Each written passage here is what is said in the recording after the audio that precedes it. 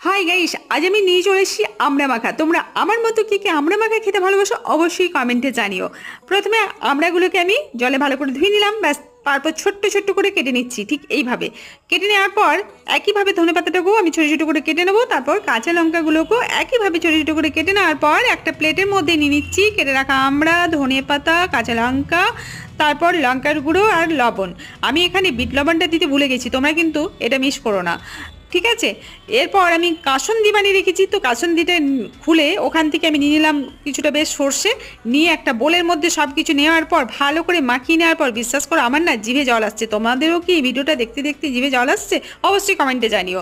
তো ভালো করে মেখে নেওয়ার পর একটা বাটির মধ্যে নিয়ে নিলাম, ব্যাস। আর কি আর ভালো লাগে বলো? এবার খাওয়া শুরু করে দিই। খেয়ে তোমাদের জানাচ্ছি খেতে কেমন হয়েছে।